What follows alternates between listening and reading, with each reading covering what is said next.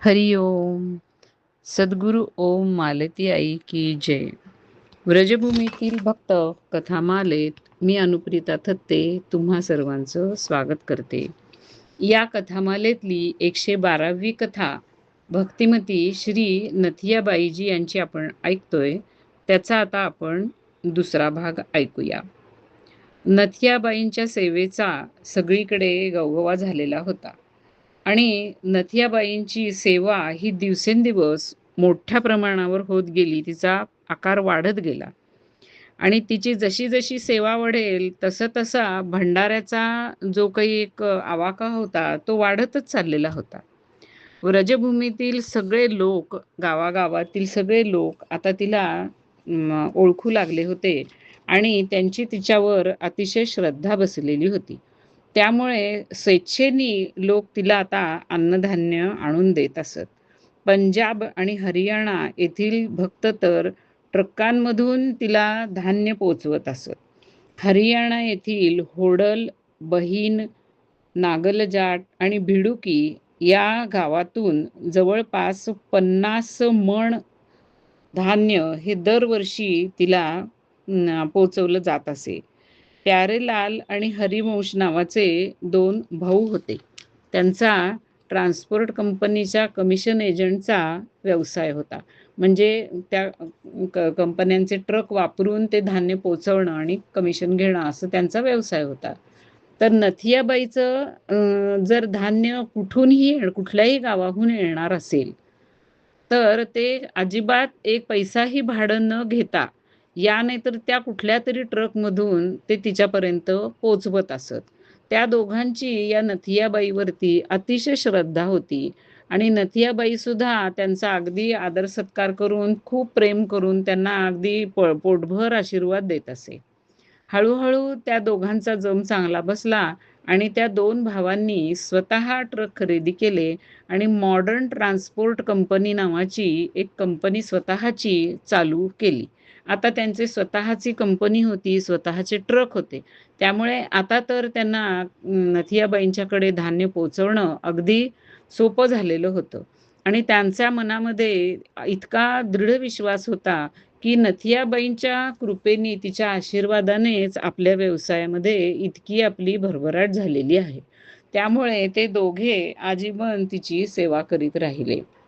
साधू सेवेसाठी नथियाबाईंच्या भंडाऱ्यामध्ये कधीही काहीही कमी पडत नसे. पण असे प्रसंग तिच्या आयुष्यात 2 वेळा झाले आणि त्या दोन्हीही प्रसंगांमध्ये तिला तो प्रसंग म्हणजे कमी पडणं हे परमेश्वराचं वरदान ठरलं. एकदा असं झालं की दैवयोगाने तिच्याकडे येणारा गहू हा आला नाही आणि परिस्थिती अशी झाली की आता दुसऱ्या दिवशीची साधू सेवा करण्यासाठी तिच्याकडे गव्हाचा एक दाणा सुद्धा शिल्लक राहिला नाही. तेव्हा आता बाकीचे लोक म्हणाले की ठीक आहे, तुमच्याकडे काही फक्त गहूच येतो असं नाही, तुमच्याकडे तांदूळ आणखीन डाळी वगैरे सगळं असतं, तर तुम्ही खिचडी बनवा आणि खिचडी द्या प्रसाद म्हणून. तेव्हा नथियाबाई म्हणाली की साधू हे माझ्याकडे रोटी घेण्यासाठी, पोळी घेण्यासाठीच येतात. आता मी खिचडी बनवून काय उपयोग आहे? मी खिचडी कशी बनवू त्यांच्यासाठी? आता बिहारीजीची इच्छा हीच खरी. बिहारीजीची इच्छा असेल तर तेच गव्हाची व्यवस्था करतील आणि नाही गव्हाची व्यवस्था झाली तर साधू मधुकरी न मिळाल्यामुळे परत जातील आणि उपाशी राहतील. तर दोष बिहारीजीला लागेल. मी काय करू? आणि त्याच दिवशी संध्याकाळी 50 मण असलेला एक ट्रक यांच्या दारापाशी येऊन उभा राहिला. हा ट्रक खूप काळापासून यूपी आणि हरियाणा यांच्या बॉर्डरवरती अडकलेला होता. कारण त्यावेळेला एका प्रांतातून दुसऱ्या प्रांतामध्ये गहू घेऊन जाण्यासाठी बंदी लावलेली होती आणि त्यामुळे त्या ट्रकला थांबून राहावं लागलं होतं. पण आता कसं कुणास ठाऊक आहे, नेमकी याच वेळेला त्या ट्रकला परवानगी मिळाली आणि नथियाबाईला गहू मिळाले. अर्थातच याच्यामध्ये बिहारीजींची कृपा आहे, असं नथियाबाईंचा विश्वास होता आणि ते खरंच होतं. नथियाबाईंना लोकांनी कुणीतरी 2-4 गायी पण संत सेवेसाठी दिलेल्या होत्या.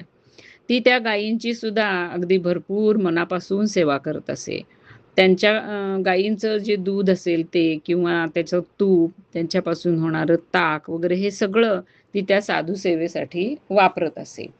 आता हळू साधू सेवेचा आकार इतका वाढलेला होता, की तिला एकटीला आता ते काम झेपत नव्हतं. ते संपतच नव्हतं. परमेश्वराच्या कृपेमुळे बिहारीजीच्या प्रेरणेने वृद्ध श्री गोवर्धनदास बाबा हे नथियाबाईंच्याकडे येऊन राहू लागले आणि तिची या सेवेमध्ये मदत करू लागले. आता आणखीन एक हात सेवेला मिळाल्यामुळं नथियाबाईचा भंडारा आता आणखीनच वाढू लागला. तसं पाहता नथियाबाईंच्या भंडाऱ्यात कधी कमी काही पडत नसे, गव्हाचं कधी कमी पडली नव्हती. पण पुन्हा एकदा दुसऱ्यांदा असं झालं, की गहू कमी पडू लागला. म्हणून त्या भिडुकी ह्या गावी गेल्या. त्या आल्याबरोबर गावातल्या लोकांनी त्यांना 30 मण गहू जमा करून दिला.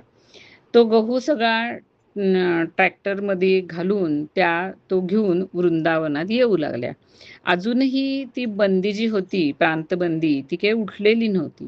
त्यामुळे सरळ जाणाऱ्या पक्क्या सडकेवरून न जाता त्या आडमार्गांनी म्हणजे ह्याच्या ओढ्यांच्या नदीच्या जवळून जो रस्ता जात होता, त्या कच्च्या रस्त्यावरून त्या ट्रॅक्टर घेऊन निघाल्या. त्या रस्त्यावरती सुद्धा त्यांना 2 बंदूकधारी पोलिसांनी अडवलं. आता काय करावं आणि असा विचार करून ती प्रार्थना करत होती श्रीहरीची. तोपर्यंत काय जादू झाली माहीत नाही. त्या दोघांची मती पालटली आणि त्यांनी ट्रकला पुढे जाण्याची परवानगी दिली. ट्रक आता सुनरख या गावापाशी आला आणि मग ड्रायव्हरला काही समजेना आणि त्याचा रस्ता चुकला. त्यामुळे आता कुठून जावं हे दोघांनाही समजेना. तिथं तर कुणीही आसपास दिसत नव्हतं, की कुणाला रस्ता विचारावा म्हटलं तर.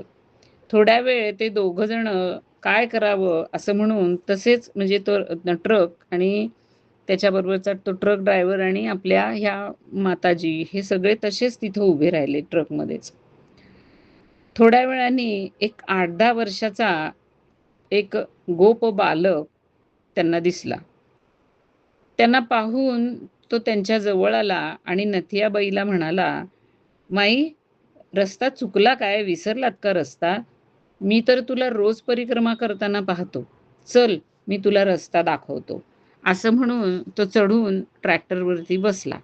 मग त्याने ट्रॅक्टरला 12 घाटपर्यंतचा रस्ता दाखवला आणि आता इथून तुम्हाला रस्ता चांगला मिळेल असं सांगितलं. कारण आता प्रांतबंदीची सीमा निघून गेलेली होती आणि असं म्हणत तो ट्रकवरनं खाली उतरला आणि अजून ह्या काही बघतायत, बोलतायत तोपर्यंत पाहता तो अदृश्य झाला.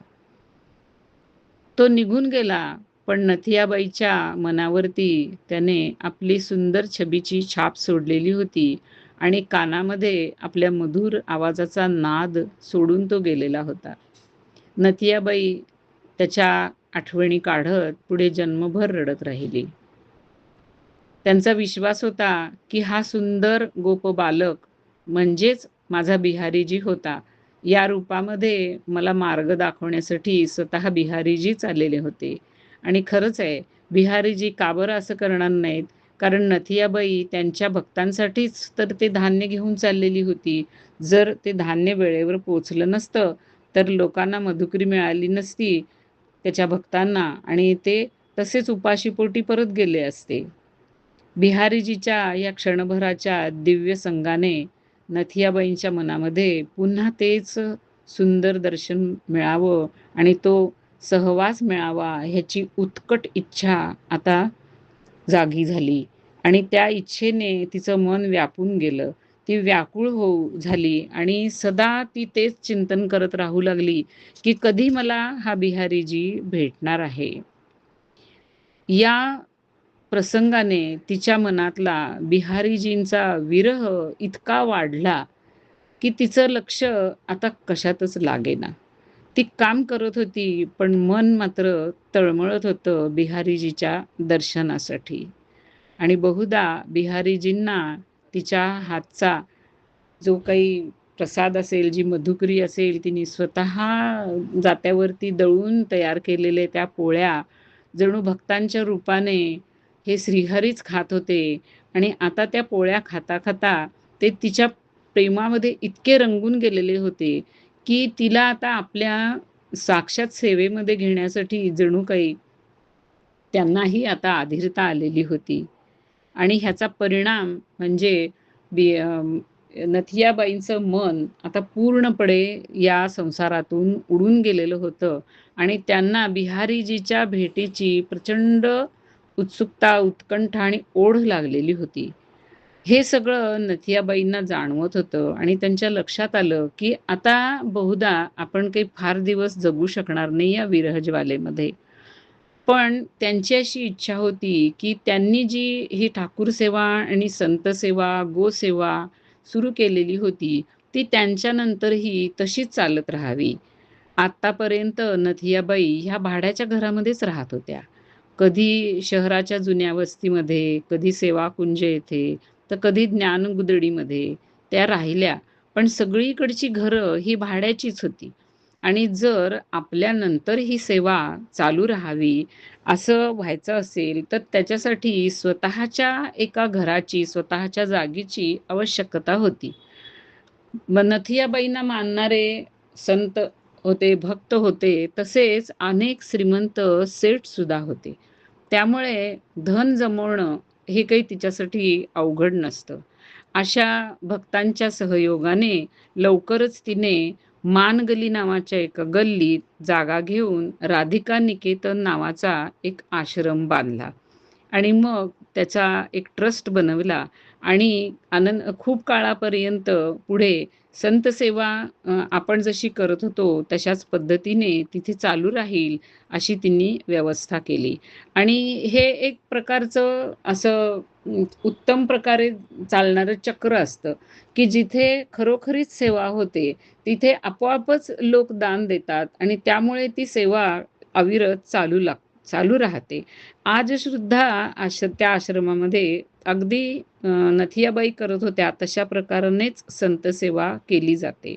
ही सगळी व्यवस्था केल्यानंतर या विरहाचा परिणाम म्हणून 25 जानेवारी सन 1981 या दिवशी आपलं हे मर्त्य शरीर सोडून सूक्ष्म देहाने नथियाबाई बिहारीजींच्या जवळ कायमसाठी निघून गेल्या. हरिओम.